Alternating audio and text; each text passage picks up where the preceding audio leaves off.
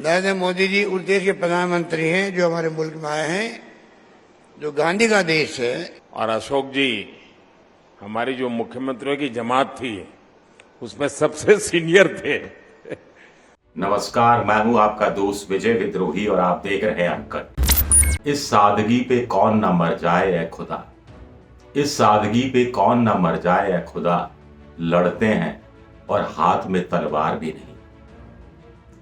तो एक तरफ राजनीति के जादूगर थे और दूसरी तरफ जादुई राजनेता थे, दोनों अलग अलग पार्टियों के, एक प्रधानमंत्री एक कांग्रेस शासित राज्य के मुख्यमंत्री, लेकिन दोनों मंच पर बैठ रहे हैं, हंस रहे हैं, मुस्कुरा रहे हैं, एक दूसरे की तारीफ कर रहे हैं और एक उस तारीफ करने में भी नहले पर दहला मार रहा है। इस अंदाज में नहले पर दहला मार रहा है कि पहले वाले को समझ में ही नहीं आ रहा कि तारीफ की जा रही है या उसके पूरे व्यक्तित्व, उसकी पूरी राजनीति को ही कटघरे में निशाने पर लिया जा रहा है। प्रधानमंत्री मोदी जी जाते हैं दुनिया के मुल्कों में तो कितना सम्मान मिलता है इनको। क्यों मिलता है? क्योंकि नरेंद्र मोदी जी उस देश के प्रधानमंत्री हैं। नरेंद्र मोदी जी उस देश के प्रधानमंत्री हैं जो हमारे मुल्क में आए हैं, जो गांधी का देश है, जहां लोकतंत्र की जड़ें मजबूत है, गहरी है। 70 साल के बाद में वहां लोकतंत्र जिंदा रहा है। ये दुनिया को एहसास होता है तो उनको गर्व होता है कि उन देश का प्रधानमंत्री मोदी जी हमारे मुल्क में आ रहे हैं।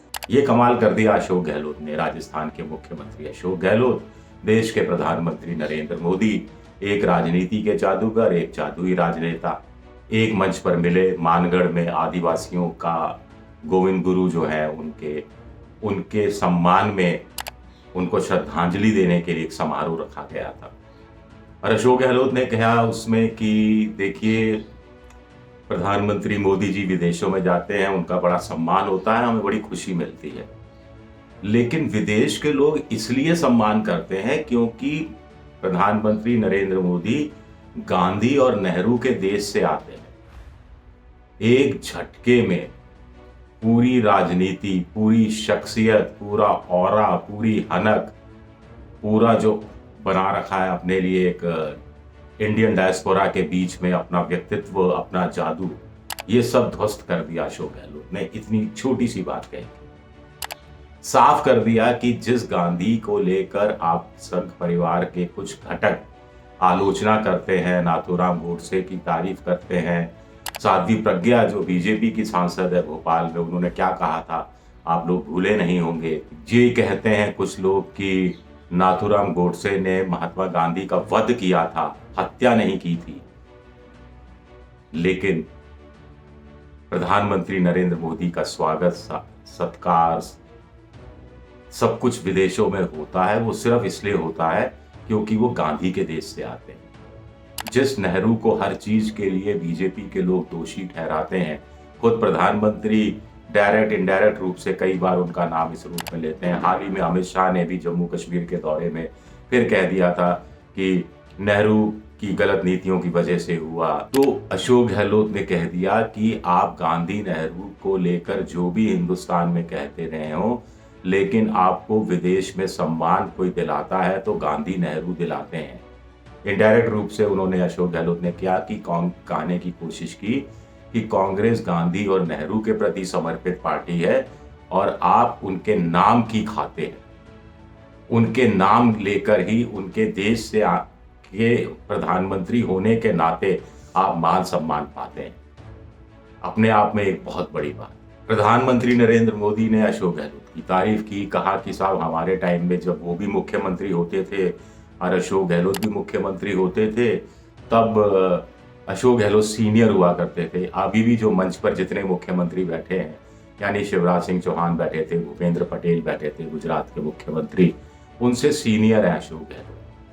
अशोक जी और हम साथ साथ काम करते रहे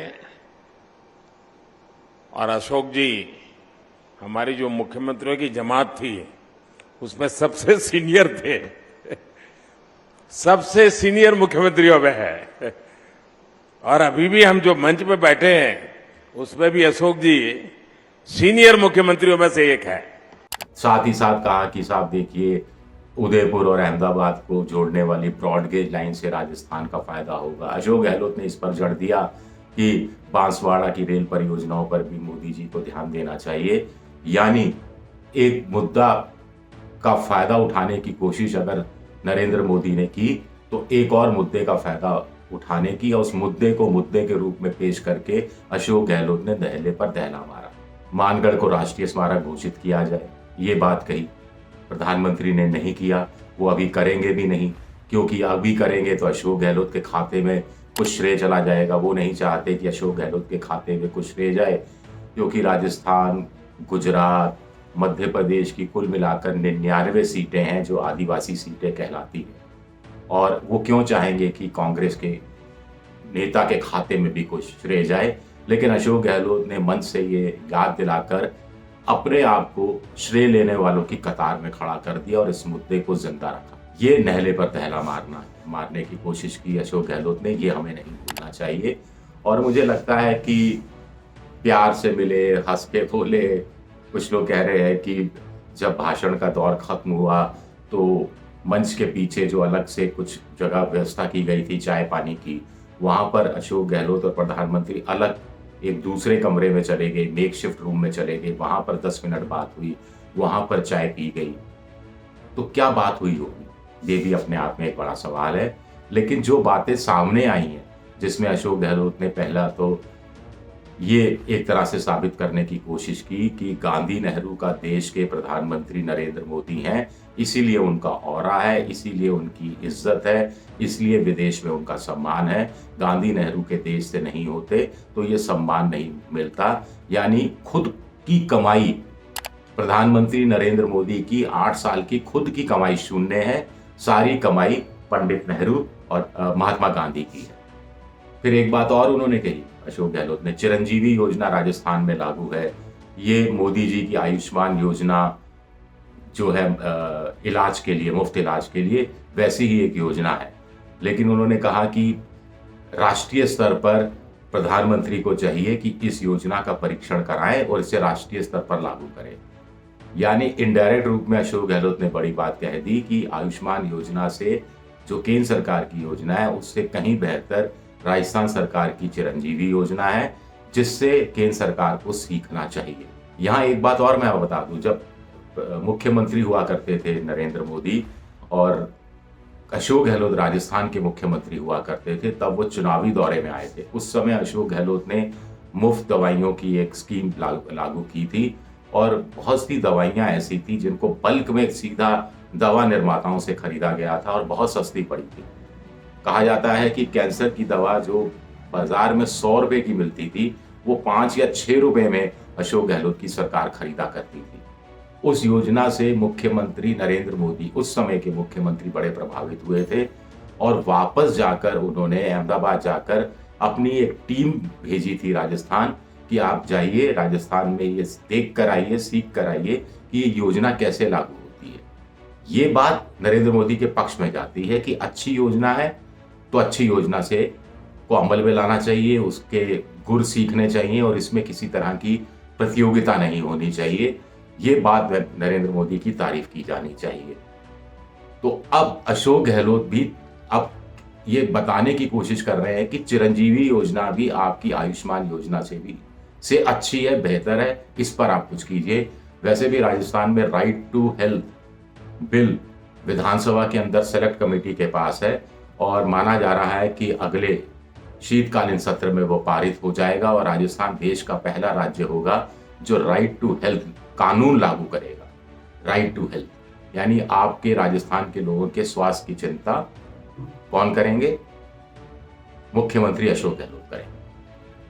लेकिन बड़ा हथौड़ा जो मारा है वही कि आपका मान सम्मान विदेशों में होता है, ये खुशी की बात है। लेकिन इसलिए होता है क्योंकि वो लोग मानते हैं, वो लोग ये समझते हैं विदेश में रह रहे कि साहब ये भारत से आए हैं, भारत यानी महात्मा गांधी के देश से आए हैं, भारत यानी पंडित नेहरू के देश से आए, इसलिए सम्मान किया जाना चाहिए। यानी आपका खुद का व्यक्तित्व जीरो है। बड़ी बात कह दी उन्होंने और बातों ही बातों में कह दी, बड़े स्वाभाविक तरीके से कह दी, बिना कोई तल्ख भाषा का इस्तेमाल किए हुए, हंसी मजाक में थोड़ा मुस्कुराते हुए, थोड़ा सा सम्मान करते हुए, भारत की इज्जत को सामने रखते हुए अब ऐसा बयान है जिसका कोई विरोध भी नहीं कर सकता, जिसमें कोई कमी भी नहीं निकाल सकता। अशोक गहलोत को मुझे लगता है, मैंने एक बार पहले भी कहा था कि कांग्रेस का राष्ट्रीय अध्यक्ष बनाया जाना चाहिए था, क्योंकि मोदी की राजनीति का तोड़ वही निकाल सकते हैं। वही इस बात को अच्छी तरह से समझते हैं कि कैसे किस ढंग से बयान देना चाहिए और कैसे दूसरे को घेरने की कोशिश करनी चाहिए। हो सकता है आने वाले समय में राजस्थान में अब हिमाचल प्रदेश का और गुजरात का चुनाव निपट जाएगा, उसके बाद राजस्थान का ही चुनाव है जिसमें मध्य प्रदेश भी आएगा, छत्तीसगढ़ भी आएगा। तो प्रधानमंत्री आएंगे और इस नहले पर दहला मारने की कोशिश करें, हो सकता है। लेकिन अभी जो बातों का जो तीर चलाया है वो मोदी जी के 56 इंच के सीने में धंस गया है। गालिब का एक शेर है, कोई मेरे दिल से पूछे तेरे तीरे नीम कश को, यानी तेरा जो तीर मेरे दिल से पूछे, जो तूने तीर चलाया है, नीम आधा अधूरा सा जो दिल में फंस गया है, ना तो जिगर के पूरा पार हुआ है और ना ही तीर लगकर छिटक कर नीचे गिर गया है, अटक के रह गया है। कोई मेरे दिल से पूछे तेरे तीरे नीम कश को, वो खलिश कहां से होती जो जिगर के पार होता। यानी जिगर के पार हो जाता तो खलिश नहीं होती, आदमी मर चुका होता, और टकरा के नीचे गिर जाता तो भी खलिश नहीं होती, क्योंकि कोई असर नहीं होता। लेकिन ये खलिश जो दर्द है, ये दर्द का एहसास हो सकता है कि हो रहा हो जिस पर तीर अशोक गहलोत ने चलाया है। चलिए, शुक्रिया, आप सबका बहुत बहुत शुक्रिया।